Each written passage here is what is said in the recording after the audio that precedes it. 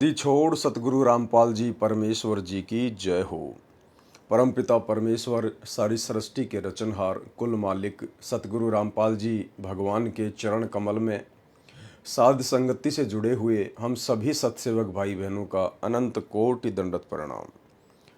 सत्साई भाई और बहनों, दया परमपिता परमेश्वर जी की, जिनके शुभ आशीर्वाद से, जिनकी विशेष रजा से, कृपा दृष्टि से, मेहर से आप और हम सभी साध संगति से जुड़े हुए सत्सेवक भाई बहन पूज्य गुरुदेव भगवान के तत्व ज्ञान को आधार बनाकर उनके सत भक्ति मार्ग पर मोक्ष प्राप्ति के लिए दृढ़ता के साथ निरंतर आगे बढ़ रहे हैं।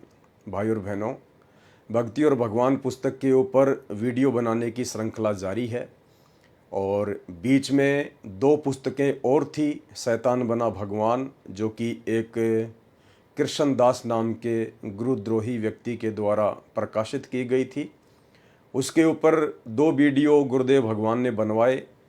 उसके बाद में गुरु महिमा के ऊपर अभी वर्तमान में जो वीडियो बनने जा रहा है, ये पुस्तक गांव डोबी, जिला हिसार, हरियाणा के कुछ भक्तों ने मिलकर अपने पूज्य गुरुदेव भगवान सतगुरु रामपाल जी परमेश्वर जी की महिमा में निकाली थी। और इस पुस्तक को प्रकाशित करने के बाद सतगुरु रामपाल जी परमेश्वर जी के कलयुगी परिवार में, उनके बेटा बेटी, भाई बंधु, रिश्तेदारों में, चंद कोऑर्डिनेटरों में खलबली मच गई, जिन लोगों ने संगत को मूर्ख बनाकर वर्तमान में जगह जगह सतलोक आश्रम खोलकर अपना धार्मिक धंधा सेट कर रखा है। इस पुस्तक के ऊपर पहला वीडियो बन चुका है, कर पहचान छुड़ावण आयो। इस पुस्तक का नाम है कर पहचान छुड़ावण आयो।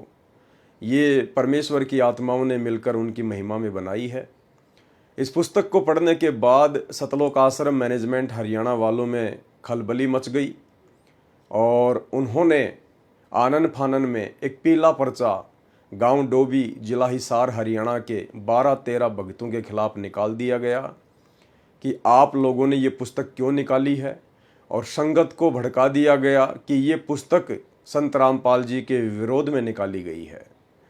और उन भक्तों को 1 महीने का टारगेट दिया गया कि 1 महीने के अंदर अंदर हमें जवाब दीजिए कि आप इस पुस्तक को बांटना बंद करेंगे या नहीं, या फिर हमें आप लोगों को गुरुद्रोही घोषित करना पड़ेगा। तो पुस्तक का एक पार्ट आप भाई बहनों को सुना दिया गया है और कितनी अच्छी महिमा उन परमेश्वर की विशेष आत्माओं के द्वारा गुरुदेव भगवान की गई है।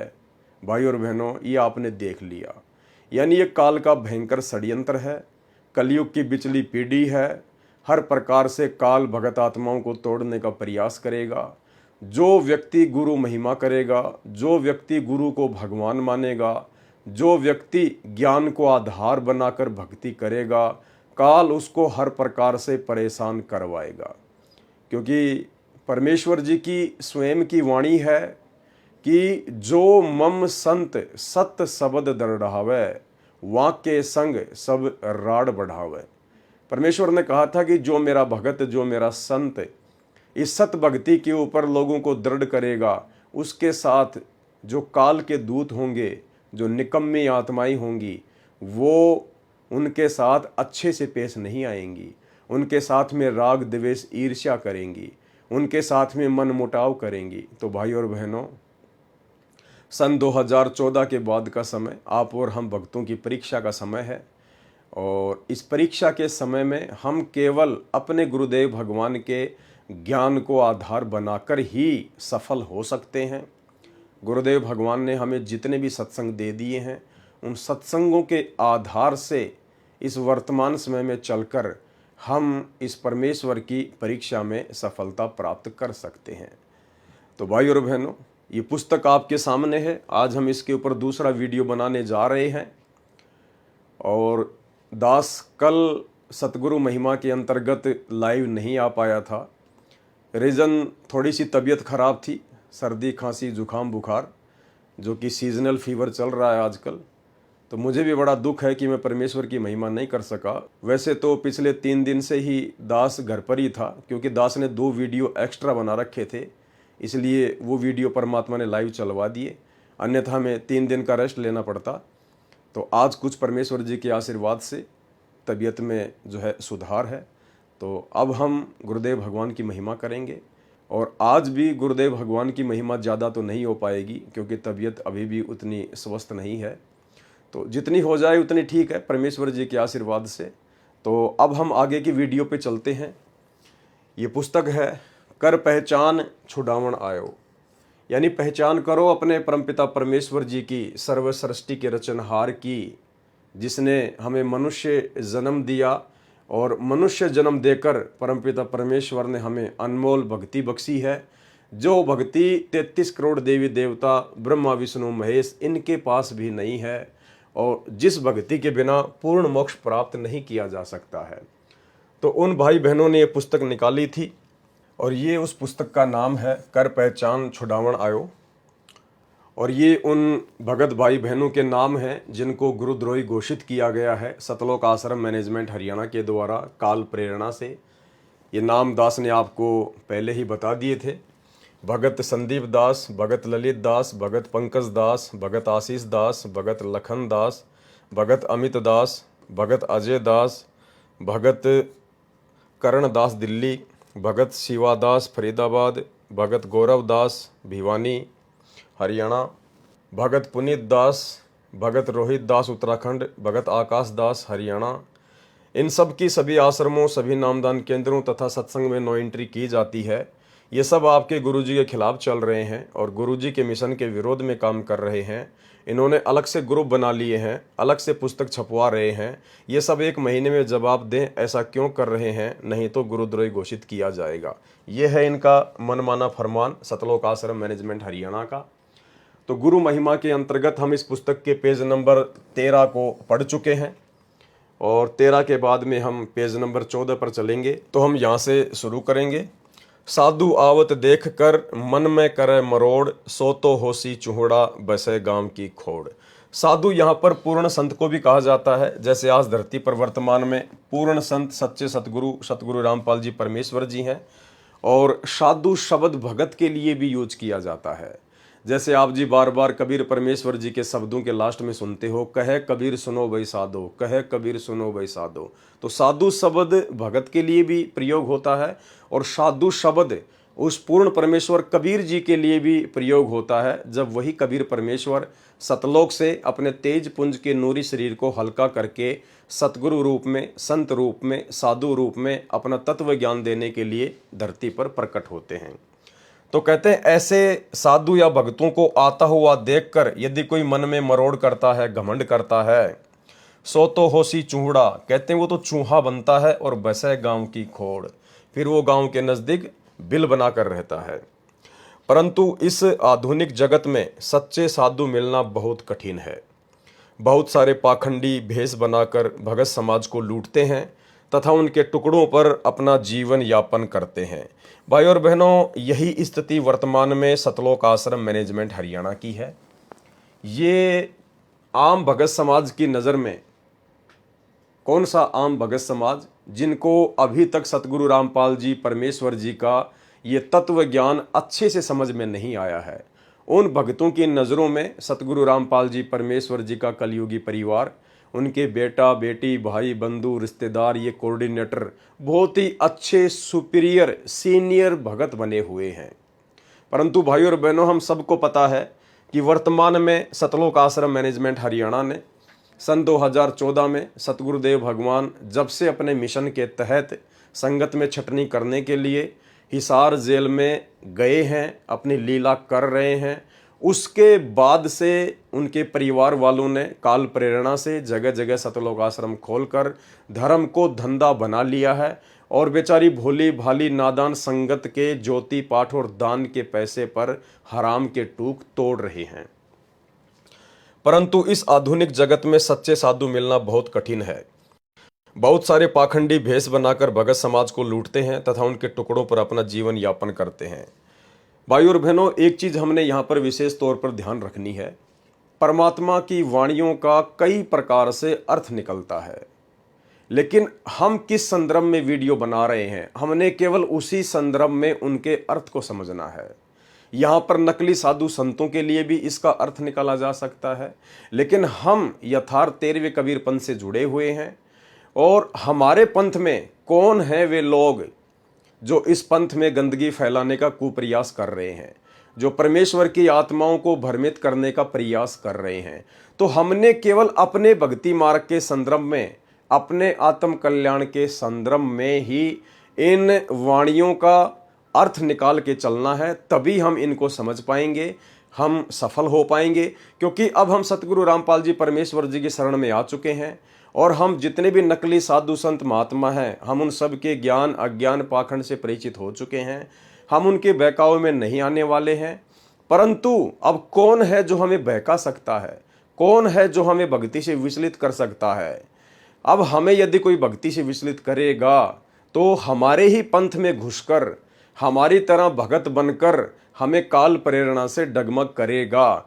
तो वो कौन है, उनकी पहचान सतगुरु रामपाल जी परमेश्वर जी के ज्ञान आधार से वर्तमान में हो चुकी है।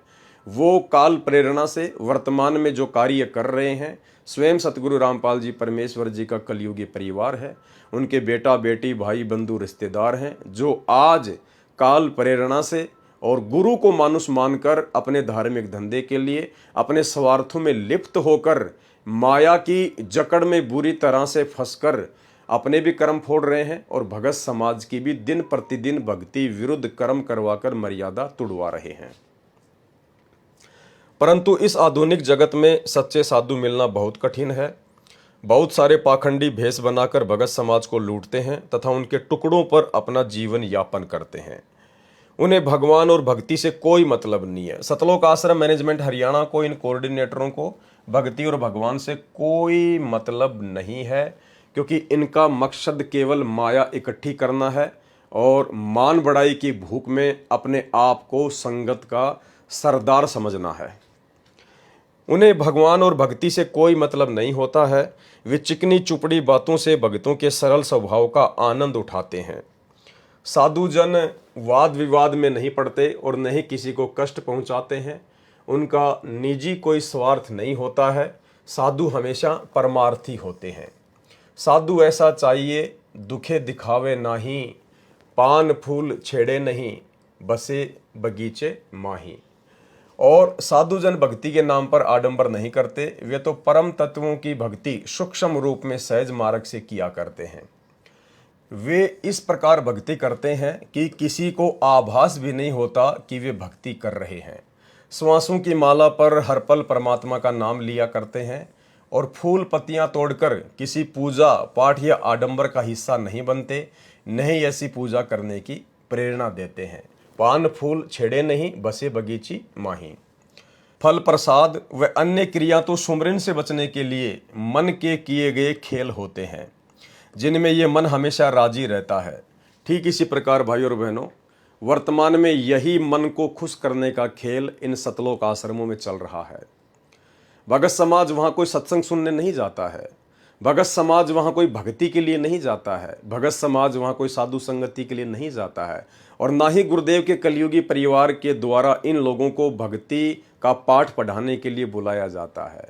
इनको केवल माया चाहिए और संगत को चाहिए मनोरंजन, टाइम पास, कि काफ़ी दिन हो गए घर पर बैठे हैं, टाइम पास नहीं हो रहा, चलो धनाना आश्रम, चलो नेपाल के आश्रम में, चलो सोजत के आश्रम में, चलो इंदौर के आश्रम में, सिर्फ टाइम पास के लिए।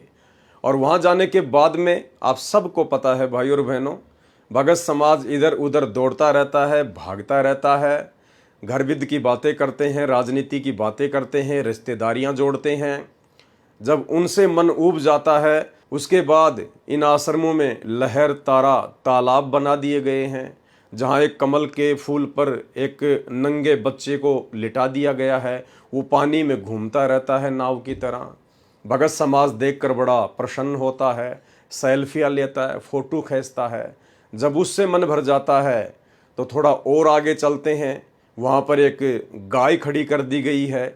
गाय के नीचे एक छोटा सा बच्चा खड़ा कर दिया गया है मिट्टी का, और भगत समाज उसको देखने लग जाता है। उससे मन भर गया तो फिर कबीर जी की झोपड़ी बना रखी है, आगे कबीर जी कपड़ा बुन रहे हैं, पीछे मिट्टी का पहाड़ है, भगत उसको देखने चले जाते हैं। उससे मन भर जाए तो फिर पार्क वारक में घूम लो, इधर उधर की बातें कर लो। केवल मनोरंजन काल का यही षड्यंत्र है कि ये जीव भक्ति ना कर ले, सुमरण मर्यादा में रह के ना कर ले, अपने आत्म कल्याण के लिए बैठकर विचार चिंतन मनन मंथन ना कर ले, केवल बकवाद में फंसा रहे। इसलिए यहाँ कहा गया है कि ये सब मन की बकवाद हैं। जैसे जगत वाले भाई बहन फल प्रसाद है, अन्य क्रिया हैं, फूल वगैरह हैं, माला वगैरह है, अगरबत्ती है, धूप बत्ती है, दुनिया भर की कोई चूंदड़ी वगैरह है, तो कहते हैं ये सारी जो क्रिया हैं ये काल प्रेरणा से सुमरण से बचने के लिए हैं। तो कहते हैं ये जो सारी की सारी क्रियाएं हैं ये काल प्रेरणा से सुमरण से बचने के लिए हैं। फल प्रसाद व अन्य क्रियाएं तो सुमरण से बचने के लिए मन के किए गए खेल होते हैं, जिनमें ये मन हमेशा राजी रहता है, खुश रहता है। परंतु यह सुमिरन करने या शब्द में समाने से, एक रस हो जाने से हमेशा डरता है। काल यदि किसी चीज से डरता है तो गुरु महिमा और गुरु के द्वारा जो शब्द भगत को दे दिया गया है, जो मंत्र दे दिया गया है, जब भगत उसका सुमरण करता है तो काल को टेंशन शुरू हो जाती है, क्योंकि काल ने अपना एजेंट मन रूप में आप और हमारे साथ में छोड़ा हुआ है। और जैसे ही हम सुमरण करने को बैठेंगे ये तरह तरह की बातें हमारे दिमाग में घुमाना फिराना शुरू कर देगा। कोई रिश्तेदार की बात ला के खड़ी कर देगा, हमने यूट्यूब फेसबुक पर कोई वीडियो देखे हैं वो चीज़ें आने शुरू हो जाएंगी। और जैसे ही हम लोग सुमरण करने बैठेंगे तो ये मन एक्टिव हो जाता है काल प्रेरणा से और हमारे को भटकाने का ये प्रयास करता है, क्योंकि जीव सुमरण ना कर ले, भक्ति धन इकट्ठा ना कर ले, इसको सबसे ज़्यादा डर लगता है। क्योंकि इसे इस बात का बोध है कि यदि सुमरण में समा गया तो तेरा वजूद खत्म हो जाएगा। ये अपनी मौत से भयभीत है, इसलिए ढोंग दिखावे की साधना करके फल फूल पत्तियां तोड़कर प्रसाद आदि में स्वयं को खुश रखता है और जीव को भी भ्रम में डाले रहता है। लेकिन साधु जन तो उत्तम साधना के मालिक होते हैं, वे शब्द रस भोगी होते हैं। दास गरीब शब्द रस भोगी, वे तो शब्द रस भोगी होते हैं और झूठी साधनाओं का खंडन करते हैं। कबीर साहिब जी एक शब्द के माध्यम से जीवन को चेताते हुए कहते हैं, मेरे साधु भाई सहज समाधि भली। कौन सी सहज समाधि? जो सहज भक्ति सतगुरु रामपाल जी परमेश्वर जी ने हमें बता दी है वो है सहज समाधि। जब से दया हुई सतगुरु की सूरत अगम को चली, जब से सतगुरु रामपाल जी परमेश्वर जी की दया हुई, उन्होंने नाम दीक्षा दी, अपने ज्ञान से परिचित करवाया, तब से हमारी सूरत, हमारी आत्मा अगम को चली, यानी सतलोक की ओर चली। जहां जहां जाऊं सोई परिक्रमा, खाऊं पीऊं सो पूजा, ग्रह उद्यान एक कर देखूं, भाव मिटाऊं दूजा। यानी भगत का फिर इन नश्वर चीजों से, जो काल के लोक में जो नश्वर चीजें हैं, फिर इनसे भगत का मन धीरे धीरे हटने लग जाता है। भगत एक रस हो जाता है, सुख में दुख में, लाभ में हानि में, चाहे कोई इज्जत दो चाहे कोई बेइज्जती करो, भगत को इन चीजों से कोई फर्क नहीं पड़ता है। शब्द निरंतर मनवार आता, यानी जो शब्द गुरुदेव भगवान ने दे दिया, जो मंत्र दे दिया, हरदम मैं उसके ऊपर लगा रहता हूँ। मलिन वासना त्यागी, जो भी कुक्रम है, जो भी विषय वासनाएं हैं, वो गुरुदेव के आशीर्वाद से फिर जो है त्याग देते हैं। उठत बैठत सोवत जागत ऐसी तारी लागी, हाथ न मूंदो तो कान न रूंदो, काया कष्ट न धारूं। जैसे राधा स्वामी पंथ वाले 2.5 घंटे सुबह 2.5 घंटे शाम को जैसे कान वगैरह बंद करके, आंख वगैरह बंद करके कहते हैं कि ध्यान लगाओ, तो कहते हैं ये सब कुछ नहीं करना पड़ेगा, उसके बाद में सब कुछ व्यर्थ की पूजा पाठ है। ये उठत बैठत सोवत जागत ऐसी तारी लागी, जो सुमरण सतगुरु ने दे दिया उसको कैसे भी कर लीजिए, उठते बैठते खाते पीते सोते जागते नहाते। उसके बाद फिर आपको हाथ ना मूंदो तो कान ना रूंदो, काया कष्ट न धारूं। यानी हमने शरीर को विशेष प्रकार का कोई कष्ट नहीं देना है, जो कष्ट पाखंड पूजा के अंतर्गत आता है। खुले नैन से साहिब देखूं, सुंदर रूप निहारूं, कहे कबीर ये उन्मुन रहनी, प्रकट करके गाई, दुख सुख से परे परम पद, जो पद में रहे समाई। जिसने पूर्ण गुरु की शरण ग्रहण कर ली वह पद को जान सकता है। कौन सा पद? परम पद, सतलोक वाला परम पद। और वो कौन जान सकता है? जिसने पूर्ण गुरु की शरण ग्रहण कर ली। तो आज हम भाई बहनों को सतगुरु रामपाल जी परमेश्वर जी की शरण प्राप्त है और इन्हीं के विशेष आशीर्वाद से आज हमने उस पद को जान लिया है, परम पद को जान लिया है, यानी सतलोक को जान लिया है और मुक्ति मुकाम को हासिल कर सकता है। मुक्ति रूपी मुकाम, मुकाम यानी मंजिल, मुक्ति को हासिल कर सकता है।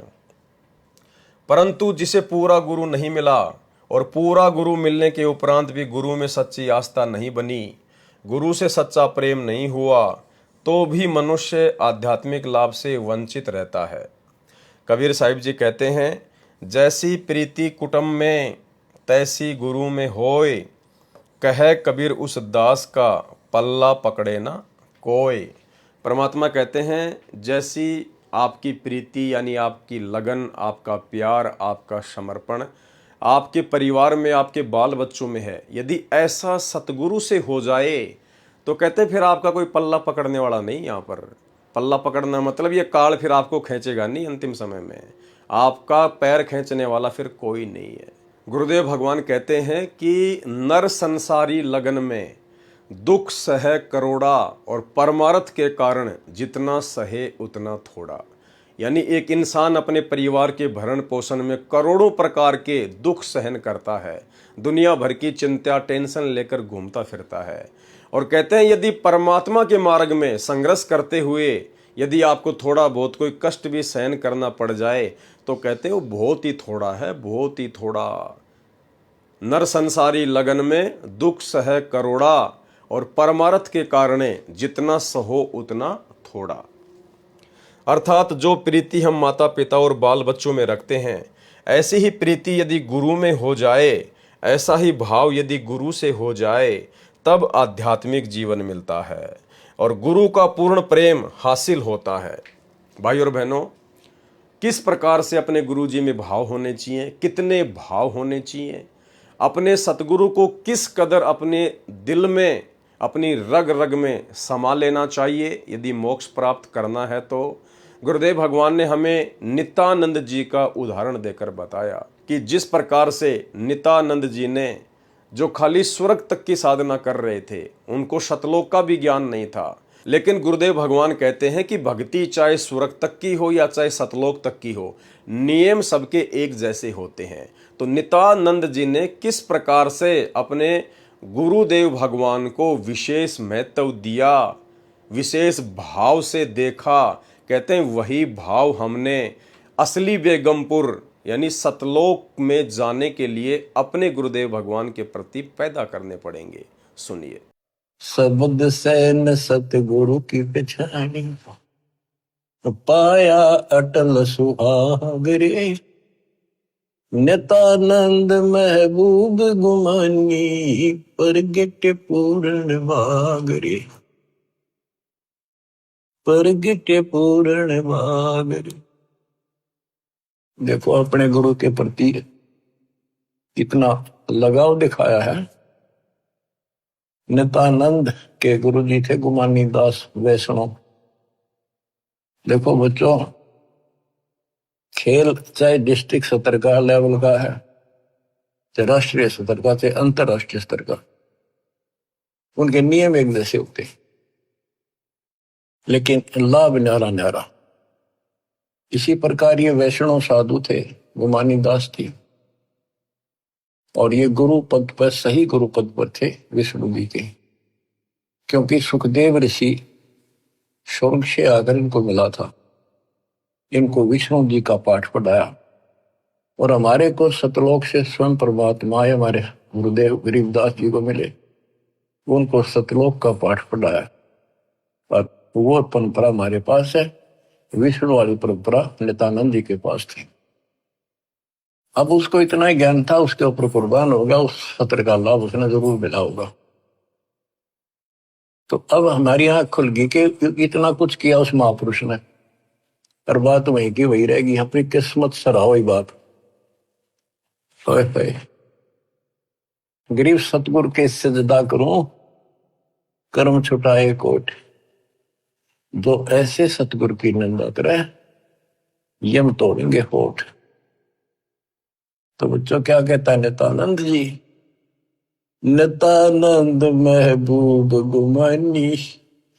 महबूब सबसे प्रियतम, सबसे प्रिय आइटम मेरे गुरुदेव महबूब मुझे मिले। कोई पूर्ण भाग पिछले संस्कार उदय हुआ मेरा, तब ये सतगुरु संत मिले। बच्चों, ये निष्कर्ष निकाला जा रहा है दात मार्ग का। अर्थात जो प्रीति हम माता पिता और बाल बच्चों में रखते हैं, ऐसी ही प्रीति यदि गुरु में हो जाए, ऐसा ही भाव यदि गुरु से हो जाए, तब आध्यात्मिक जीवन मिलता है और गुरु का पूर्ण प्रेम हासिल होता है। परंतु लालच या चतुराई के कारण मनुष्य गुरु को कभी अपने घर के सदस्य की तरह नहीं समझता है, जबकि गुरु तो देही के पिता से भी बढ़कर होते हैं। कुछ चतुर लोग सतगुरु से भी मान सम्मान की आशा करते हैं और चाहते हैं कि सभी के सामने गुरु उनका नाम लेकर पुकारे, उनकी पीठ थपथपाए। परंतु जो ऐसी कुबद मन में सोचता है, वह तो नरक का अधिकारी है। कबीर साहिब जी कहते हैं, अहंकार अग्नि निस्दिन जले, गुरु से चाहे मान। कहते हैं जो व्यक्ति अपने सतगुरुदेव भगवान से इज्जत चाहता है, मान सम्मान चाहता है, कहते हैं वो तो दिन रात अग्नि में जलेगा। उसको यम न्योता दिया, बनो हमारे मेहमान। उसको फिर यमराज के दूत फिर उसको निमंत्रण देंगे कि आजा भाई, आप हमारे मेहमान बनो, अब हम देंगे आपको मान सम्मान, डंडे मार मार के, नरक में ठोक ठोक के। उनका तो यमदूत इंतजार कर रहे हैं कि मृत्यु के उपरांत तुम हमारे मेहमान बनोगे और मान सम्मान का प्रसाद हम खिलाएंगे। तुम इस बात को ध्यानपूर्वक समझ लो कि तुम्हारा ध्यान, ज्ञान और तुम्हारी अन्य पूजा साधना सब एक बनावटी है, काल के द्वारा दिया गया एक धोखा है। वास्तविक पूजा और वास्तविक ज्ञान तो गुरु के अतिरिक्त कुछ भी नहीं है। कबीर साहिब जी ने कहा है, मूल ज्ञान गुरु रूप है, मूल पूजा गुरु पांव, मूल नाम गुरु वचन है, मूल सत्य सद्भाव। तुम सच्चे भाव से गुरु की भक्ति में लग जाओ, गुरु के ऊपर न्योछावर हो जाओ और गुरु को ही परमात्मा समझकर उनसे प्यार करो, गुरु को ही परमात्मा समझकर उनसे प्रेम करो। ये भक्ति का मूल मंत्र है। मूल नाम गुरु वचन, यही तुम्हारी पूजा है, यही तुम्हारा धर्म है। इसके अतिरिक्त तुम्हारा जो भी ज्ञान है, जो भी तुम्हारी समझ है, वह तुम्हें नरकों में ले जाने वाली है। और वर्तमान समय में वह सच्चा गुरु बंदी छोड़ सतगुरु रामपाल जी भगवान है। यदि समय रहते इनकी पहचान नहीं करी और उनके चरणों में समर्पित नहीं हुए, तो तुम जन्म जन्म तक पछताओगे। भाइयों और बहनों, बहुत सारी बातें हैं। परमेश्वर जी ने आप और हम आत्माओं को एक मौका दिया है, गुरु महिमा के अंतर्गत अपनी पुस्तकों को माध्यम बनवाकर ये वीडियो बनवा रहे हैं, ताकि हम अच्छे से अपने गुरुदेव के द्वारा समझाए गए इस तत्व ज्ञान को अपने दिलो दिमाग में बैठा लें। और ये सारा सब कुछ इतना प्रबंध क्यों करवाया जा रहा है, इतना जोर क्यों लगाया जा रहा है? पिछले 30 वर्षों से सतगुरु रामपाल जी परमेश्वर जी ने आप और हम आत्माओं के हृदय में भक्ति की ज्योति जलाने के लिए, हमारी आत्मा को जागृत करने के लिए दिन रात एक कर दी। उसके बाद 2014 का बरवाला कांड, गुरुदेव भगवान अपने मिशन के तहत हिसार जेल में जाकर बैठ गए। वहाँ से भी परमात्मा हमें निरंतर विशेष संदेश नाम से सत्संग भेज रहे हैं, हमारी आत्मा को परमात्मा जगा रहे हैं। पिछले 8 वर्षों से परमेश्वर ने साध संगतियाँ शुरू करवा रखी हैं। परमेश्वर को एक सेकंड का चैन नहीं कि कहीं ये आत्मा काल के रंग में दोबारा से ना रंगी जाए। यानी इतना सब कुछ प्रयत्न क्यों किया जा रहा है, हमने इसके पीछे के मूल कारण को समझना पड़ेगा। भाई और बहनों, इसके पीछे का एक ही मूल कारण है कि ये जो भक्ति है वर्तमान में, जो सतगुरु रामपाल जी परमेश्वर जी ने हमें दी है, मोक्ष वाली भक्ति। भाई और बहनों, इस भक्ति मार्ग में मोक्ष केवल सतगुरु रामपाल जी परमेश्वर जी के धरती पर रहते सहते ही प्राप्त किया जा सकता है, या फिर सतगुरु रामपाल जी परमेश्वर जी ने इस पृथ्वी लोक को छोड़ने से पहले, यानी जितने समय के लिए परमात्मा सतगुरु रूप में आप और हमें ज्ञान समझाने के लिए आए हैं, जिस दिन सतगुरु रामपाल जी परमेश्वर अपने सतलोक को प्रस्थान कर जाएंगे, उसके बाद किसी का मोक्ष नहीं होगा, पूर्ण मोक्ष नहीं होगा, सतलोक नहीं जा पाएगा। अर्थात यदि हम सतगुरु रामपाल जी परमेश्वर जी से उपदेश ले लेते हैं, उनसे सारे मंत्र प्राप्त कर लेते हैं और आजीवन उनकी मर्यादा में रहते हैं, और गुरुदेव भगवान के रहते सहते यदि हमारा शरीर छूट जाता है तो हम सतलोक जाएंगे, परमात्मा हमें शब्द रूप में सतलोक छोड़कर आएंगे। दूसरी वो आत्माएं पूर्ण मोक्ष प्राप्त कर सकती हैं जिन आत्माओं ने गुरुदेव भगवान के रहते सहते उनसे उपदेश प्राप्त कर लिया, सारे मंत्र प्राप्त कर लिए। और यदि गुरुदेव भगवान उन आत्माओं से पहले, जिन आत्माओं को गुरुदेव ने स्वयं दीक्षा दी है, भले डीवीडी से या अपने मुख कमल से, तो उन आत्माओं से पहले यदि गुरुदेव भगवान सतलोक को प्रस्थान कर जाते हैं और वे आत्माएं जो गुरुदेव से रहते सहते उपदेश प्राप्त कर चुकी हैं, सारे मंत्र प्राप्त कर चुकी हैं, यदि आजीवन मर्यादा में रहेंगी, कभी भी अपनी मर्यादा नहीं तोड़ेंगी, नाम को खंडित नहीं करेंगी, तो उन आत्माओं को भी सतगुरु शब्द रूप में सतलोक भेज देगा। लेकिन उसके बाद, यानी गुरुदेव भगवान के सतलोक चले जाने के बाद यदि कोई उपदेश प्राप्त करेगा, कोई दीक्षा लेगा, तो भाई और बहनों पूर्ण मोक्ष नहीं हो पाएगा, बिल्कुल नहीं हो पाएगा। इसलिए परमात्मा इतना जोर लगा रहे हैं। और परमात्मा सत्संगों में हमारे को बीच बीच में संकेत भी कर देते हैं कि बच्चों, जब तक ये दास है तब तक तुम्हारा मोक्ष है, उसके बाद में मोक्ष की उम्मीद मत करना। फिर हजारों साल ये मार्ग चलेगा परमात्मा का, सतयुग जैसा माहौल धरती पर परमात्मा बना के चले जाएंगे, हर जगह भगत ही होंगे। इतना जल्दी ये काल इस परमेश्वर के मार्ग को नहीं बिगाड़ पाएगा। आत्माएं उसके बाद में मनुष्य जन्म प्राप्त करती रहेंगी और यह हजारों वर्षों तक सुख भोगती रहेंगी, लेकिन मोक्ष से वंचित ही रहेंगी। फिर उनको किसी न किसी कलयुग की बिचली पीढ़ी में परमात्मा फिर से जन्म देगा, जब परमात्मा फिर से सतलोक से सतगुरु रूप में पृथ्वी पर आएंगे। भाई और बहनों, आपको छोटा सा सत्संग सुनाता हूँ, गुरुदेव भगवान का छोटा सा सत्संग, आपको बिल्कुल क्लियर हो जाएगा कि बात ज्यों की त्यों है। जैसे दास आपको अक्सर गुरुदेव का एक सत्संग सुनाता है, जिसमें गुरुदेव भगवान कहते हैं कि पुण्यात्माओं, यदि आप इस दास के रहते सहते पार नहीं हुए, और रहते सहते के दो ही मतलब हैं, या तो आप गुरुदेव से उपदेश लेकर गुरुदेव के रहते सहते शरीर अपना त्याग कर सतलोक चले जाते हैं, या फिर आपने उपदेश ले लिया और आजीवन मर्यादा में रहेंगे, और भले गुरुदेव आपसे पहले चले जाएं तो भी परमात्मा शब्द रूप में आपको ले जाएंगे। तो गुरुदेव कह रहे हैं कि यदि आप दास के रहते सहते सतलोक चले गए तो ठीक है, अन्यथा बाद में आप पार नहीं हो पाओगे। क्योंकि जब हम गुरु जी के रहते सहते ही मर्यादा तोड़ेंगे, गुरुदेव भगवान के रहते सहते ही भक्ति में गफलत करेंगे, भक्ति को इतना सीरियस नहीं लेंगे, परमात्मा से नहीं डरेंगे, तो उनके जाने के बाद, गुरुदेव भगवान के सतलोक जाने के बाद तो हमारे ऊपर कोई अंकुश नहीं रहेगा, हमारे ऊपर कोई डर नहीं होगा, हमें कोई पाबंद करने वाला नहीं होगा, हमें किसी का भय नहीं होगा।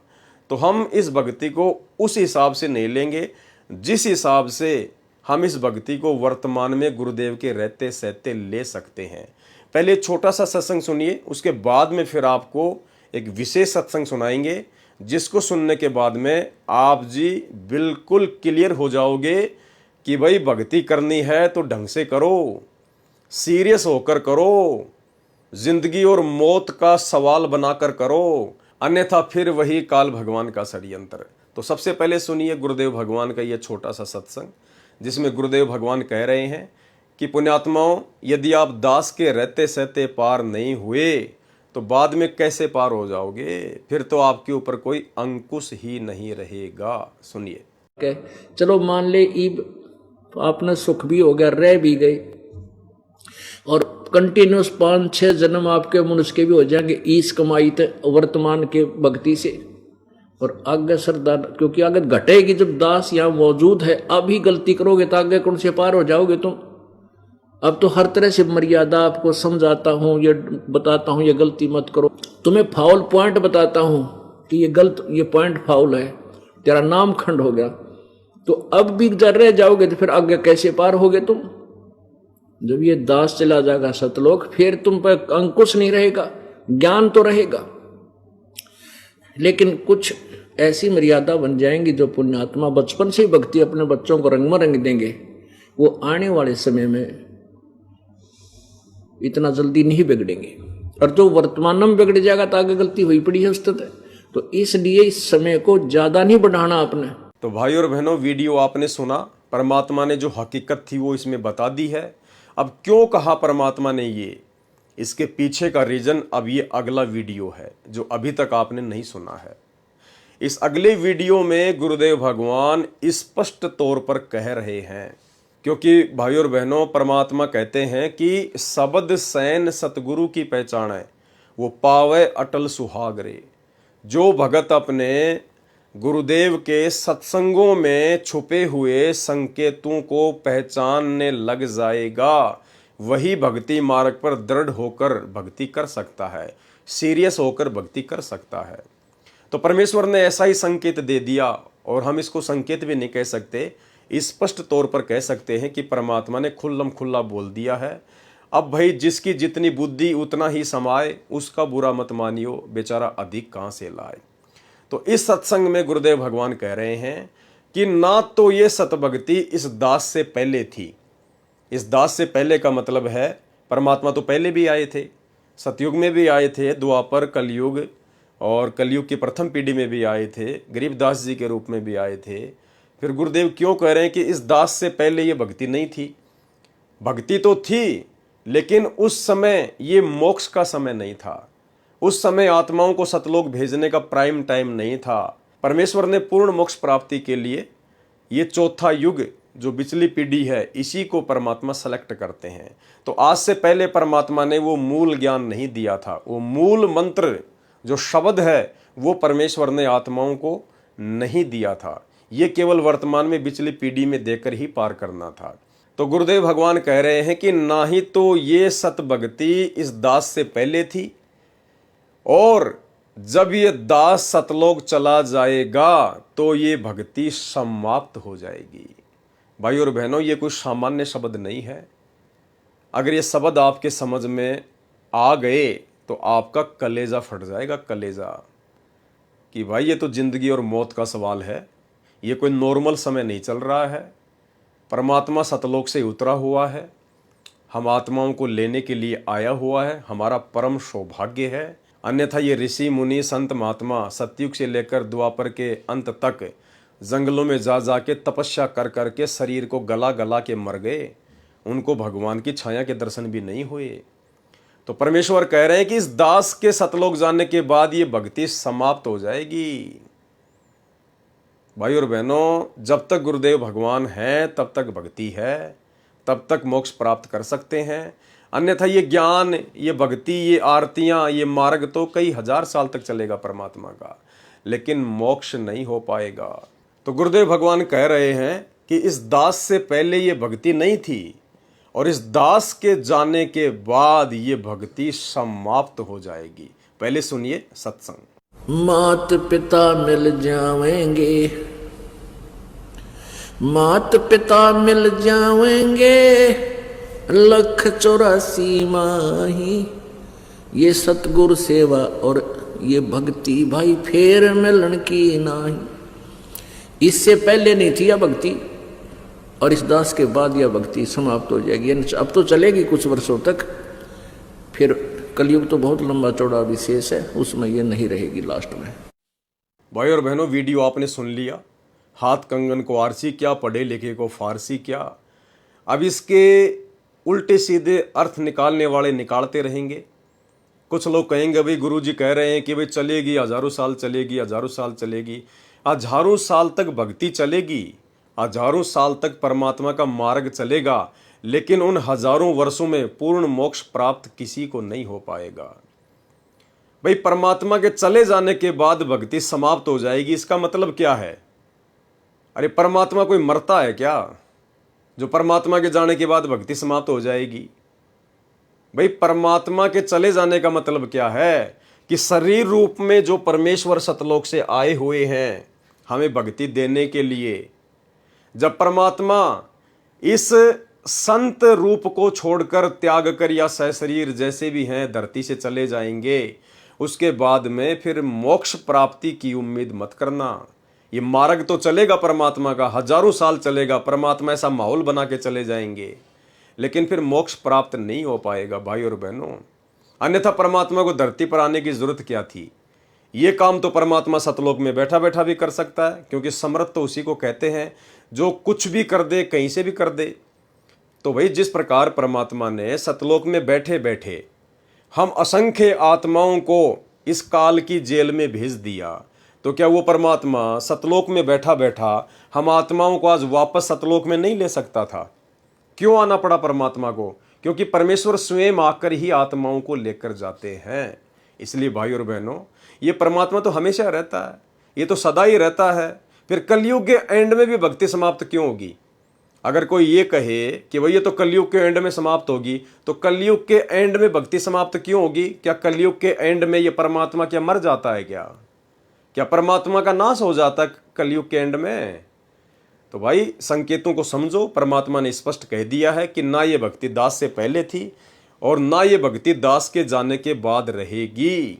यानी मोक्ष नहीं होगा, बाकी मार्ग परमात्मा का हजारों साल तक चलेगा भाई और बहनों। इसीलिए परमात्मा ने पहले वाली वीडियो में कहा था, जो आपने सुना, कि यदि तुम दास के रहते सहते पार नहीं हो पाए तो फिर दास के जाने के बाद तुम बिल्कुल भी पार नहीं हो पाओगे।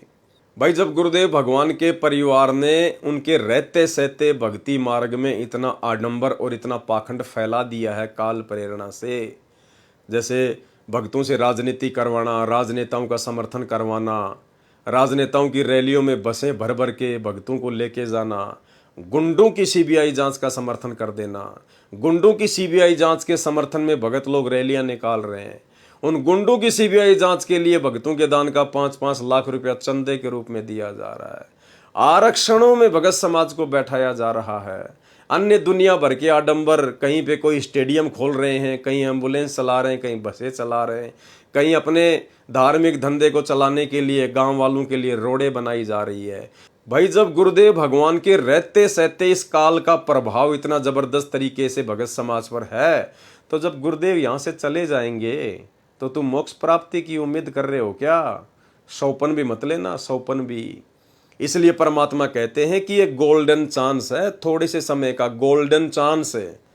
अरे हजारों साल यदि मोक्ष होना होगा तो हजारों साल का समय गोल्डन चांस नहीं होता।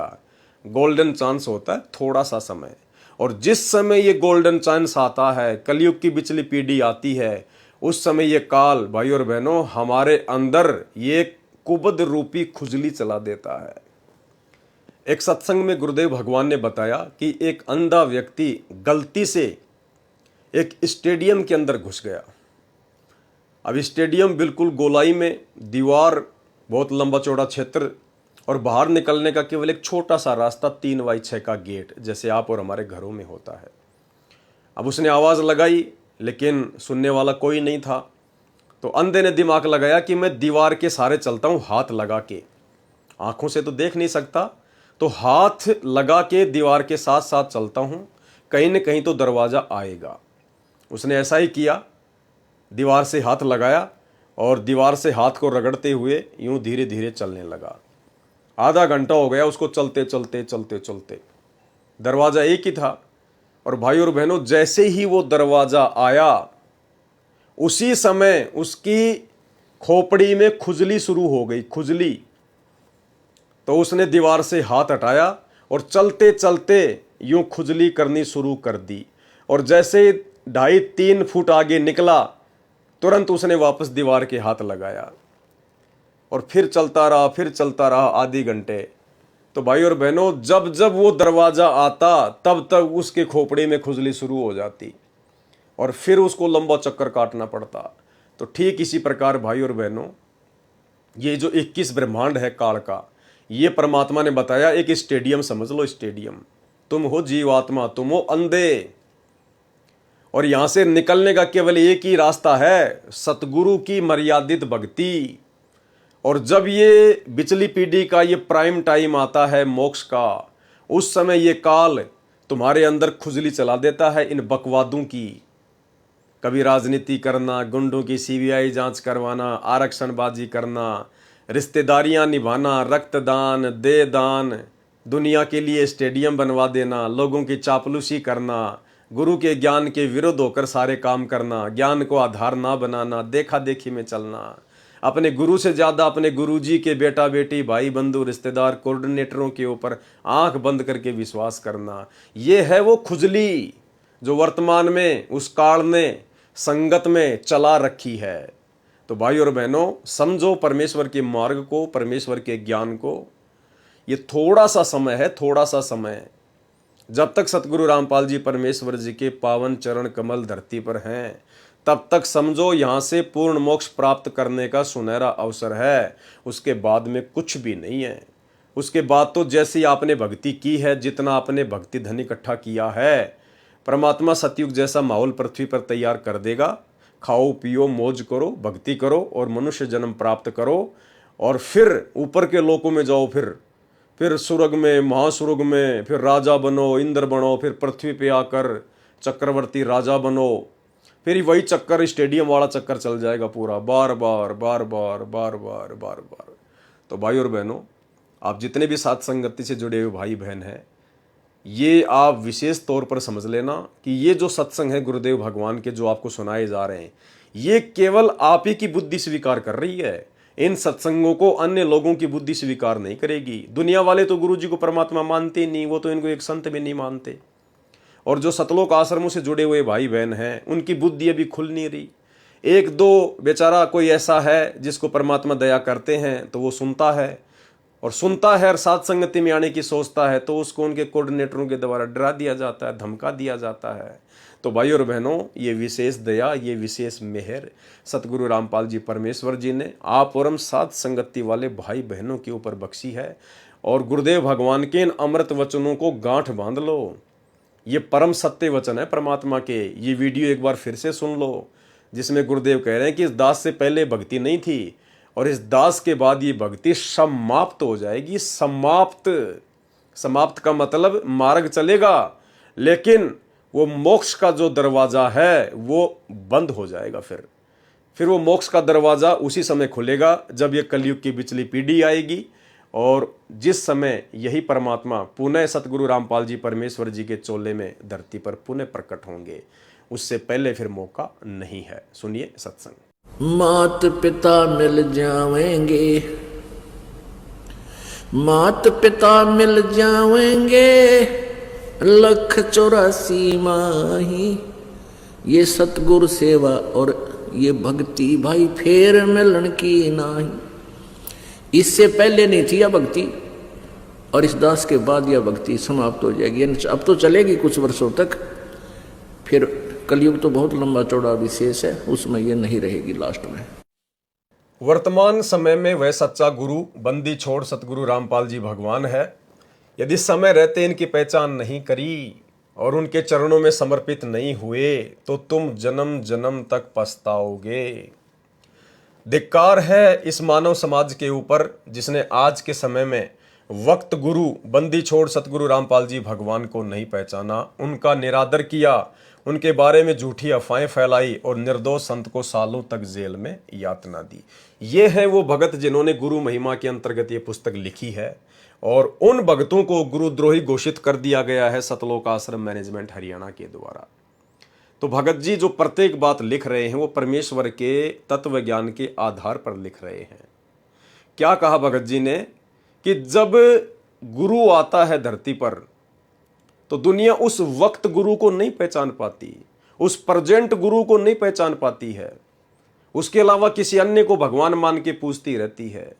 ये दुनिया वाले तो ब्रह्मा विष्णु महेश को, अन्य देवी देवताओं को परमात्मा मान के पूजते हैं, गुरु को भगवान नहीं मानते, कहते वो तो इंसान है, इंसान भगवान कैसे हो गया? अरे श्री रामचंद्र जी क्या गेंडे का रूप बना के आए थे? श्री कृष्ण जी क्या मगरमच्छ बन के आए थे? या उनके कोई सींग थे, कोई पूंछ थी? भाई तुमने उनको भगवान क्यों मान लिया? वो भी तो इंसान रूप में थे। तो भगवान आएगा तो कोई सींग लगा के थोड़ी आएगा, कोई आडंबर करके थोड़ी आएगा। इंसान है हम, तो इंसान जैसा ही बन के आएगा। अब भगवान हाथी बन के आएगा तो क्या सत्संग सुनाएगा? हम क्या सुनेंगे, क्या समझेंगे? तो भाई और बहनों, दुनिया वाले तो वैसे नहीं मानते, और जो सतगुरु की शरण में आ जाते हैं लेकिन जिनके संस्कार कमज़ोर होते हैं तो वो भी काल प्रेरणा से गुरु रूप में आए हुए परमात्मा को परमात्मा नहीं मान पाते। काल अपने विशेष दूत उस समय उस सतगुरु के आसपास भेज देता है, पैदा कर देता है। जैसे आज सतगुरु रामपाल जी परमेश्वर जी के बेटा बेटी भाई बंधु रिश्तेदार इन कोऑर्डिनेटरों के रूप में ये काल के दूत धरती पर पैदा हैं। ये भक्तों को इन्हें भगवान मानने नहीं दे रहे। अगर संगत सतगुरु रामपाल जी परमेश्वर जी को सात संगति की वीडियो देखकर भगवान मानना भी चाहती है तो उनके परिवार वाले, ये आश्रम मैनेजमेंट वाले, ये जानबूझकर बकवाद करते हैं। वो लोग उस कबीर को ही भगवान बताने में लगे रहते हैं कि जो दाढ़ी मूछ वाला है वही भगवान है, जो कबीर दास है वही भगवान है। हमारे गुरुजी तो उनके अवतार हैं, हमारे गुरुजी तो भगवान के दास हैं, भगवान के भेजे हुए प्रतिनिधि हैं।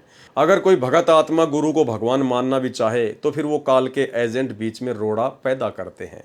तो उसके लिए गुरुदेव भगवान ने एक सत्संग में बताया कि यदि आपको पूर्ण मोक्ष प्राप्त करना है तो आपने वक्त गुरु को, प्रजेंट गुरु को परमात्मा तुल्य मानना पड़ेगा। परमात्मा तुल्य मानने का मतलब है परमात्मा ही मानना पड़ेगा, क्योंकि गुरुदेव भगवान अपने आप को छुपाते हैं, इसलिए परमात्मा कह रहे हैं कि परमात्मा के समान मानना पड़ेगा। भाई जो परमात्मा के समान हो गया वो तो परमात्मा ही हो गया, परमात्मा कोई दो तो है नहीं। तो यहाँ गुरुदेव के संकेत को समझो कि परमात्मा के समान मानना पड़ेगा, यानी परमात्मा ही मानना पड़ेगा, क्योंकि परमात्मा के समान कोई दूसरा नहीं होता। परमात्मा एक ही है पूरी सृष्टि का, उसके समान यदि कोई हो गया तो फिर वो भी फिर परमात्मा हो गया। तो समझिए परमात्मा के संकेत को गुरुदेव भगवान अपने आप को छुपाते हैं, लेकिन शब्दों पे ध्यान दो कि जब तक आप वक्त गुरु को यानी प्रजेंट गुरु को, तो वर्तमान में हमारे वक्त गुरु कौन है? सतगुरु रामपाल जी परमेश्वर जी हैं, ये प्रजेंट गुरु हैं। जब तक हम इनको भगवान नहीं मानेंगे, कबीर साहब नहीं मानेंगे, तब तक हम मोक्ष के अधिकारी नहीं बन सकते। सुनिए। तो ये शिक्षा इसलिए आवश्यक थी कि हम अपने भगवान को पहचान लेंगे और सदग्रंथों को आंखें देख लेंगे। तो 600 वर्ष पहले आकर परमात्मा 64 लाख की बैटरी चार्ज करके चले गए। वो पार तो नहीं हुए, ना होने थे, क्योंकि जब तक हम प्रेजेंट गुरु को परमात्मा तुल्य मान कर उसके प्रति व्यवहार नहीं करेंगे, हम पार नहीं हो सकते। चाहे कितनी भक्ति कर ले, भक्ति अलग चीज है, वो आपको मिल जाएगी, लेकिन पार होने के लिए आपको प्रेजेंट गुरु को परमात्मा तुल्य मानना होगा। तो हम उस समय कबीर जी को भगवान नहीं मान सकते थे, चाहे हमारे कितने सुख हो गए थे, क्योंकि उन भ्रमित करने वाले अज्ञानी गुरुओं ने, ब्राह्मणों ने, ऋषि महर्षि नकलियों ने परमात्मा की सिद्धांत उलट बता रखा था और वेदों की आड़ में बता रखा था, पुराणों के समर्थन देकर बता रखा था, और वो संस्कृत के ज्ञाता थे। सब ग्रंथ संस्कृत में लिपिबद्ध थे। कबीर परमेश्वर जी को वो कहते थे वो तो अशिक्षित है, उसने इसको वेदों का ज्ञान, पुराणों का और गीता का ज्ञान नहीं हो सकता। तो इसलिए हम उस समय के जो साधक थे ये बात सच्ची मान लिया करते कि कबीर जी अनपढ़ हैं, ये वेद व्याद तो जानते नहीं, पर हमारा काम खूब चल रहा है, इनकी आशीर्वाद का हमें लाभ जरूर हो रहा है। हम इतने थे, और वो दयालु महिमा के भूखे नहीं है। वो तुम उनकी तो महिमा ओत प्रोत है और फलो है, उसने को मानना चाहे मत मानो, वो तो समर्थ है। उनकी महिमा कोई गाओ चाहे मत गाओ, वो तो स्वयं ही समर्थ है। इसलिए जो असमर्थ होते हैं ना, वो दिखा कर टोर टार दिखा कर मेरी कुछ महिमा हो जा, समर्थ है उसने जरूरत है कोई ना। वर्तमान समय में संत रामपाल जी महाराज जी से अधिक प्रतिभाशाली न तो कोई राजनेता है, न कोई विद्वान, और न ही कोई पदाधिकारी। हर एक इंसान को संत रामपाल जी भगवान को अपने सर का ताज समझना चाहिए और उनकी जी हजूरी में तन मन धन को कुर्बान कर देना चाहिए। वेद पुराण और साधु संत सब ने कही निज बात, गुरु से अधिक ना दूसरा, क्या हरि क्या पितु मात। फिर तो ये पूर्ण जगत गुरु है, यही अनंत ब्रह्मांडों के स्वामी है। ये वचन सुनने में कटु लग सकते हैं, परंतु समय आने पर ये मीठे हो जाएंगे। इतना बड़ा कबीर पंथ का फैलाव है। करीबन 19 देशों में कबीर पंथ के आश्रम हैं तथा उनके प्रचारक घूमते हैं, परंतु कबीर साहिब ही पूर्ण भ्रम थे, ये बात पूरे कबीर पंथ में कोई नहीं जान पाया। तो वे अपने आप को किस आधार पर कबीर पंथी मानते हैं? जब वे कबीर साहिब को जानते ही नहीं तो कैसे कबीर पंथी हो सकते हैं? और भाई और बहनों, यही कहानी सतलोक आश्रम मैनेजमेंट हरियाणा वालों पे चरितार्थ हो रही है। 90% संगत के ऊपर चरितार्थ हो रही है, जो संगत सतलोक आश्रमों से जुड़ी हुई है। एक सत्संग में गुरुदेव भगवान ने बताया कि ये जितने भी कबीर पंथी हैं, इन्होंने केवल अपने अपने आश्रमों में ढोल पीट दिया कि कबीर साहिब भगवान है, कबीर साहिब भगवान है, लेकिन बाहर समाज में ये लोग नहीं बता पाए, क्योंकि इनको अंदर से विश्वास नहीं था, इनको डर था, इनको भय था समाज का कि समाज हमें धिक्कारेगा। इसलिए इन कबीर पंथियों ने समाज में जाकर कभी भी ढोल नहीं पीटा कि कबीर ही परमात्मा थे। केवल अपने अपने आश्रमों में अपने अपने भक्तों को बता दिया, अपने दान धर्म के चक्कर में, कि कबीर साहिब सतगुरु हैं, कबीर साहिब परमात्मा हैं। और ये स्थिति भाई और बहनों वर्तमान में सतलोक आश्रम मैनेजमेंट हरियाणा वालों की है, गुरुदेव भगवान के कलयुगी बेटा बेटी भाई बंधु रिश्तेदारों की है, इन कोऑर्डिनेटरों की है। इन्होंने केवल अपने धार्मिक धंधे के लिए भगत समाज को मूर्ख बनाते हुए इन आश्रमों के अंदर ही ढोल पीटा, और वर्तमान में भी केवल आश्रमों में ढोल पीट रहे हैं कि संत रामपाल जी भगवान है, संत रामपाल जी भगवान है। लेकिन समाज में ये लोग इस बात को बताने से डरते हैं, कतराते हैं कि संत रामपाल जी ही कबीर हैं, संत रामपाल जी ही अल्लाह हैं, संत रामपाल जी ही परमात्मा है। इस बात को आम समाज में बताने से ये लोग डरते हैं, इसीलिए वो कबीर जी की दाढ़ी मूंछ वाली फोटो को ये लोग सबसे आगे रखते हैं, ताकि लोग हमारा विरोध ना कर दें, लोग हमसे जुड़ना बंद ना कर दें और हमारा धार्मिक धंधा बंद ना हो जाए।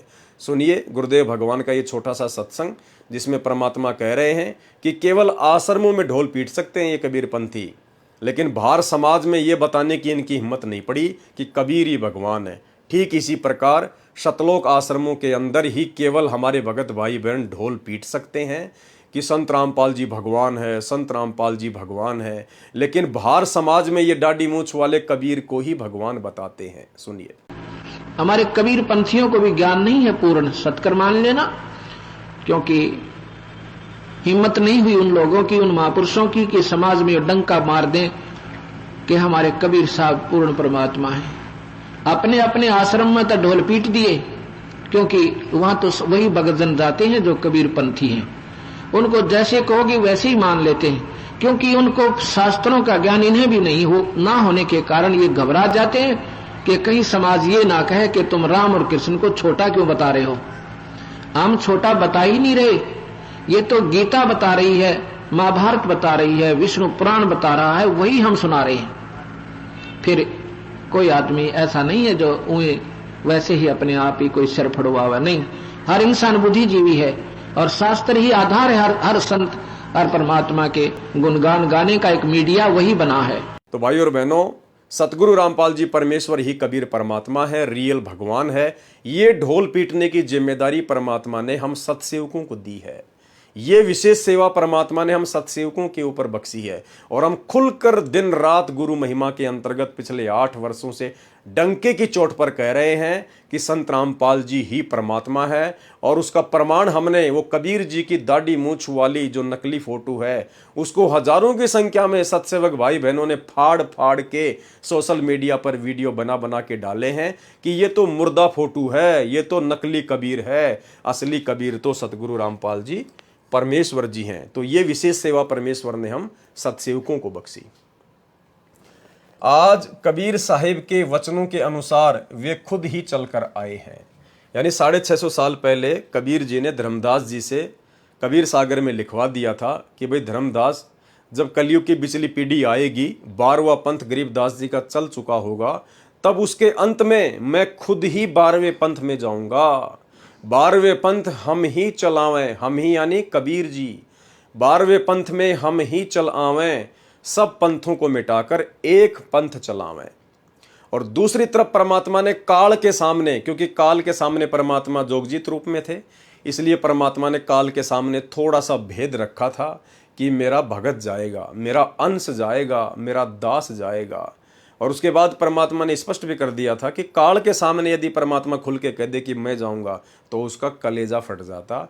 इसलिए परमात्मा ने काल के सामने अपने आप को छुपाया कि मेरा दास जाएगा। लेकिन हकीकत जो बात थी वो धर्मदास जी को बता दी थी कि धर्मदास, उस कलयुग की पिछली पीढ़ी में मैं खुद ही जाऊंगा, क्योंकि समर्थ का काम उसी को साजे और करे तो मूर्ख बाजे। सुनिए वीडियो।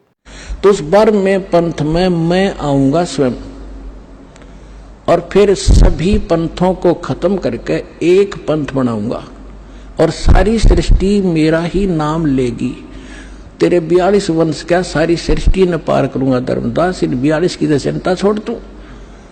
तब उसका दिल डटा था, और काल के सामने परमात्मा ने थोड़ा सा भेद रखा कि मैं अपना अंश भेजूंगा। आज कबीर साहिब के वचनों के अनुसार वे खुद ही चल कर आए हैं, जिन्होंने समस्त कबीर पंथ के ज्ञान को उजागर किया है और समस्त धार्मिक ग्रंथों को सही रूप में समझाया है।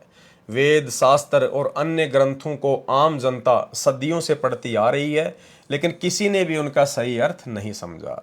फिर भी यदि उन्हें नहीं समझ पाओगे, यदि नहीं जान पाओगे, तो आप जैसा मूर्ख कोई नहीं। अगर इतने सारे प्रमाण देने के बाद में वेदों में, गीता में, कुरान में, पुराण में कि कबीर ही भगवान है, और वो कबीर वर्तमान में है कौन, है कहाँ, यदि कोई ये समझे कि वो कबीर सतलोक में बैठा है तो हमारे किस काम का। सतलोक में तो वो निर्गुण रूप में बैठा है। सतलोक में बैठ के तो कबीर परमात्मा केवल कर्मा अनुसार ही जीव को दे सकता है, अन्य एक्स्ट्रा लाभ नहीं दे सकता, भक्ति नहीं दे सकता। और यदि कोई ये समझता है कि वो दाढ़ी मूछ वाली जो फोटो है कबीर दास जी की, वो कबीर भगवान है, तो भाई वो फोटो ना चलती, ना बोलती, ना आपको नाम दे सकती, ना उपदेश दे सकती, ना ज्ञान दे सकती, ना आपका मोक्ष कर सकती। वो फोटो भी किसी काम की नहीं है, वो तो मुर्दा है, निर्जीव है, कागज का टुकड़ा है। तो भाई और बहनों, फिर कबीर कहाँ है? कबीर के बिना मोक्ष हो नहीं सकता। तो फिर संत रामपाल जी कौन है? ये है वो असली कबीर, जो सतलोक में निर्गुण रूप में बैठकर सबको कर्मा अनुसार देता है। वही कबीर परमात्मा जब सरगुण रूप में धरती पर संत रूप में प्रकट होता है, तो परमेश्वर भाग्य से अधिक देकर भक्ति करवाता है, भक्ति पे लगाता है, पूर्ण मोक्ष देता है। इसलिए परमात्मा कहते हैं निर्गुण और सरगुण एक है। यानी जब वो कबीर परमात्मा जो सतलोक में निर्गुण रूप में बैठा है, जब वो धरती पर सतगुरु रूप में आता है, तो वो उनका सरगुण रूप होता है। निर्गुण सरगुण एक है, दूजा ब्रह्म विकार, और निर्गुण साहिब आप हैं और सरगुण संत विचार। तो भाई और बहनों, आज रियल कबीर, प्रेजेंट कबीर सतगुरु रामपाल जी परमेश्वर जी हैं। अगर इनको नहीं पहचाना तो फिर पछताने के अलावा कुछ भी हाथ नहीं लगेगा।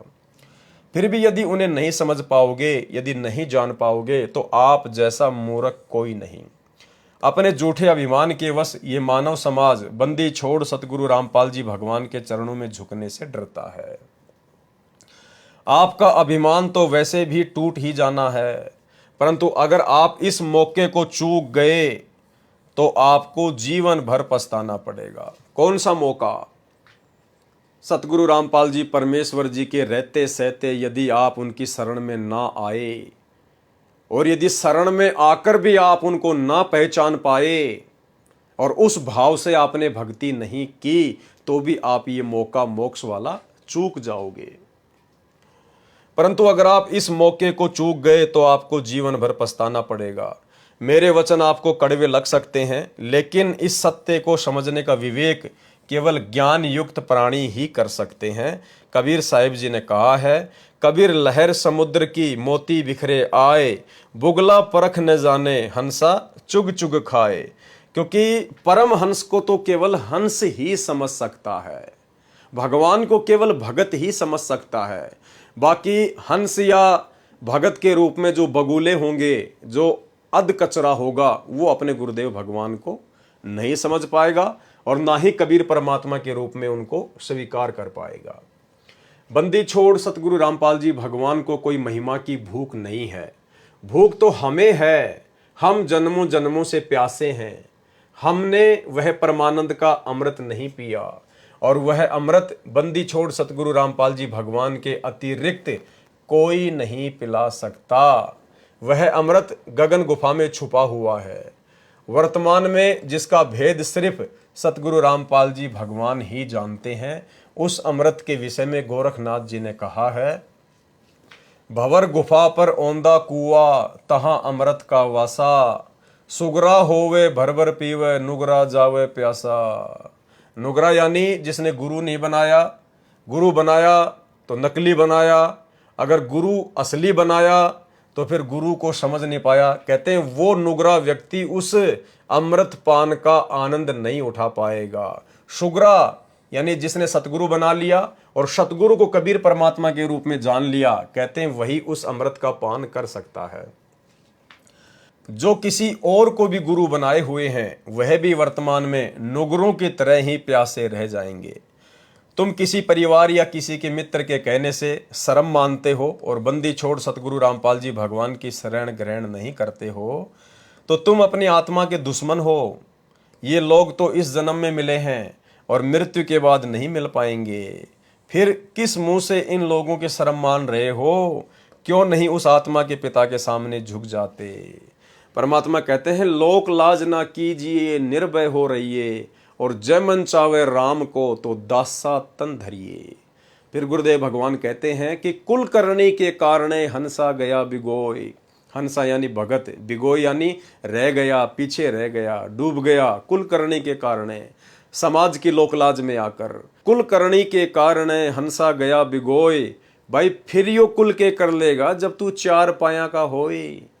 जब अगले जन्म में गधा बनेगा, कुत्ता बनेगा, बैल बनेगा, उस समय फिर ये तेरा कुल, ये परिवार जिनकी लोकलाज में आकर तूने भगवान को पहचानने से इनकार कर दिया, तूने सतगुरु की शरण में आकर भक्ति नहीं करी, फिर वो समाज, वो तेरा भाईचारा फिर तेरे कहाँ जो है आड़े आएगा, कहाँ तुझे वो लाभ देगा, कहाँ वो तेरी हेल्प करेगा। एक समय की बात है, एक चोर बिल्कुल बूढ़ा हो गया। जब उसका अंतिम समय निकट आया तो उसने अपने पुत्र को नसीहत करनी चाहिए। अपने पुत्र को पास बुलाकर उसने कहा, बेटा मेरा अब आखिरी समय आ गया है, तू मेरी बात कान खोलकर सुन ले। चोरी हमारा खानदानी काम है, परंतु इसके कुछ नियम है। मैं तुझे नियम समझा देता हूं, उन नियमों का पालन करेगा तो तू एक कुशल चोर बन जाएगा। सबसे पहले चोरी का पहला नियम है कि चोरी करते ही जो भी धन हाथ लगे उसे अपने पास मत रखना। चोरी का माल तुम्हारे पास से बरामद नहीं होना चाहिए, उसे कहीं छुपा देना। जब किसी को तुम्हारे ऊपर कोई शक ना हो तो धन को निकाल लेना और खर्च कर लेना। चोरी का दूसरा नियम है कि पकड़े जाने पर किसी भी कीमत पर गुनाह स्वीकार मत करना, क्योंकि यदि तुमने गुनाह स्वीकार कर लिया तो तुझे फांसी हो जाएगी। परंतु यदि कुछ प्रताड़ना सहन करके तुम जिंदा बच गए तो जिंदगी में सब कुछ है और तुम धन को फिर से कमा लोगे। तीसरा और अंतिम नियम ध्यानपूर्वक सुन, तू किसी संत महात्मा के चक्कर में मत पड़ना। तब उस चोर के लड़के ने पूछा, पिताजी इसका कारण क्या है?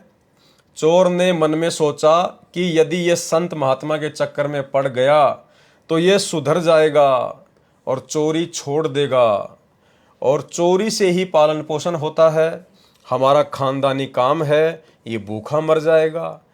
उसने कारण बताने से इनकार किया, पर कहा, मेरा ये वचन याद रखना, तू किसी संत महात्मा के सत्संग में मत जाना। इतना कहते ही चोर का शरीर छूट गया।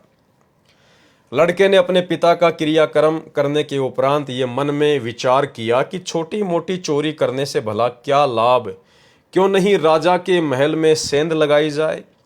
जवान खून था, मन में जोश था, राजा के महल में सेंध लगाकर घुस गया तथा रानी के जेवरात चुरा लिए।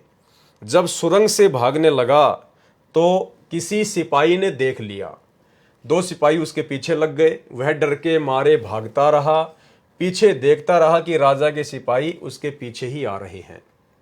उसने सामने देखा एक सराय में यानी धर्मशाला में काफी भीड़ लगी हुई थी।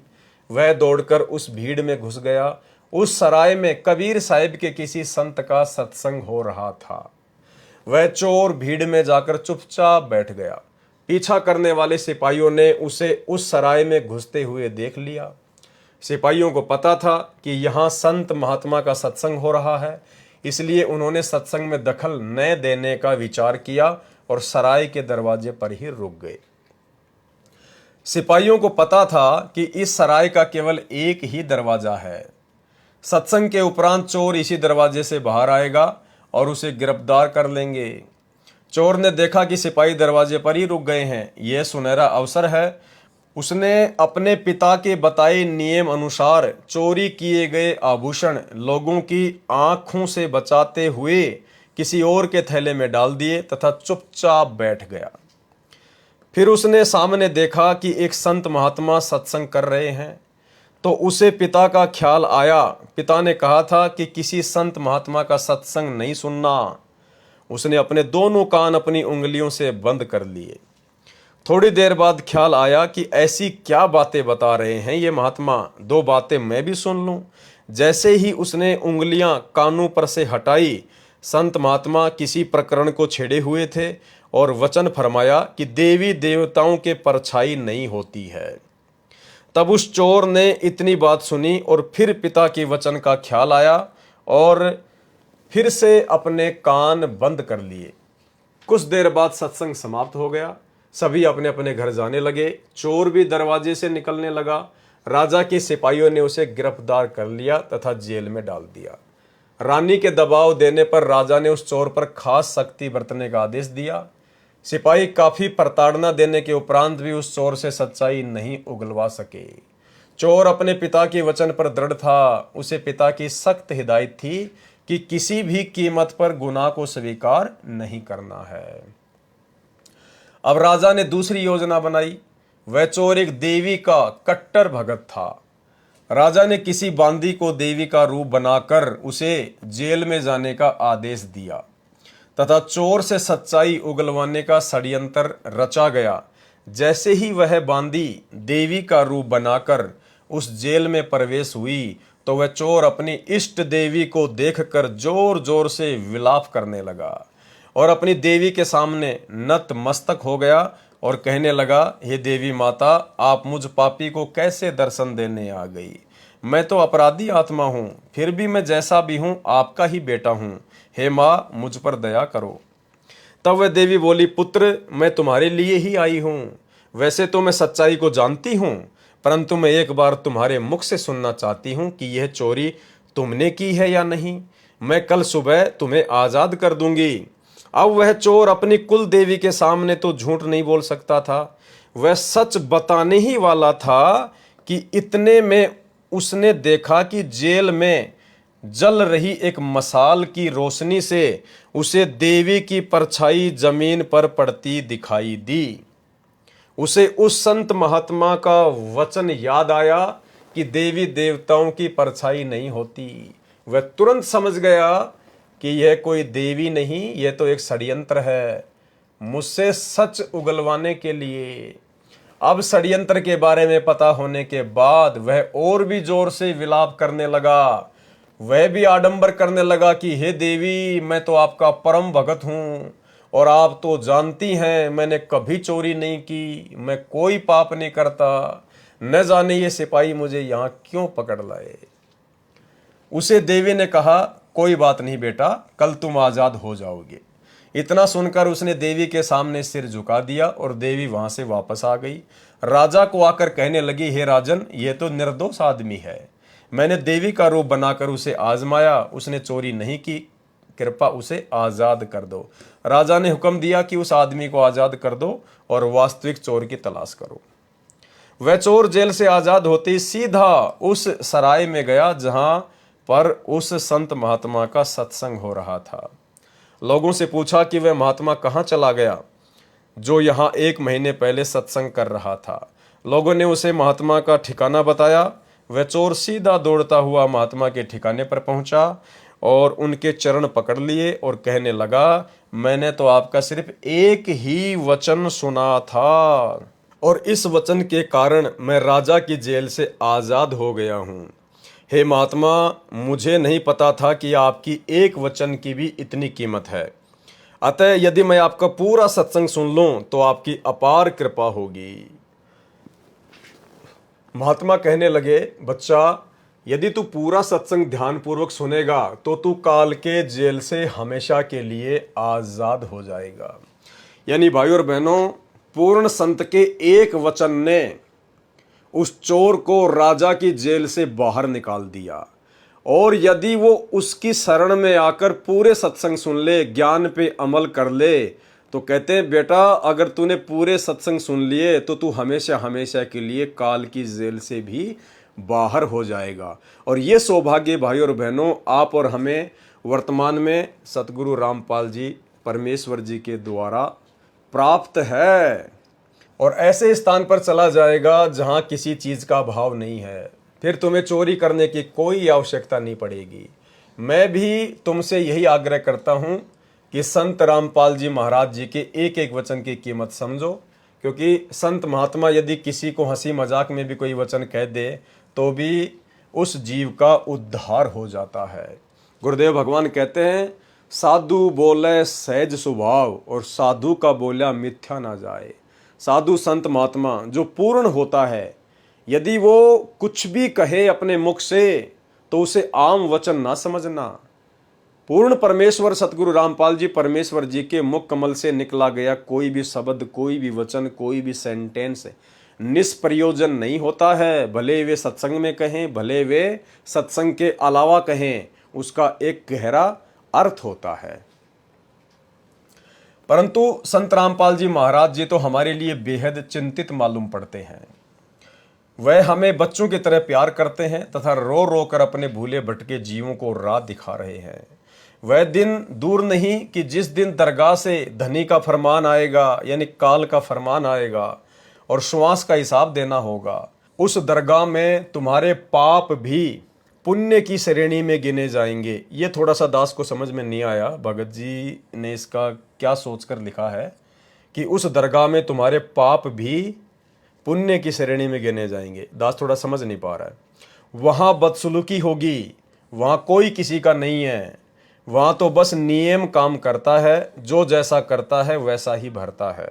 वहां सब कुछ पूछा जाएगा कि तुझे श्वासों की पूंजी देकर भेजा था, उसका क्या किया, किस भाव में व्यापार किया, वहां क्या मुंह दिखाएगा।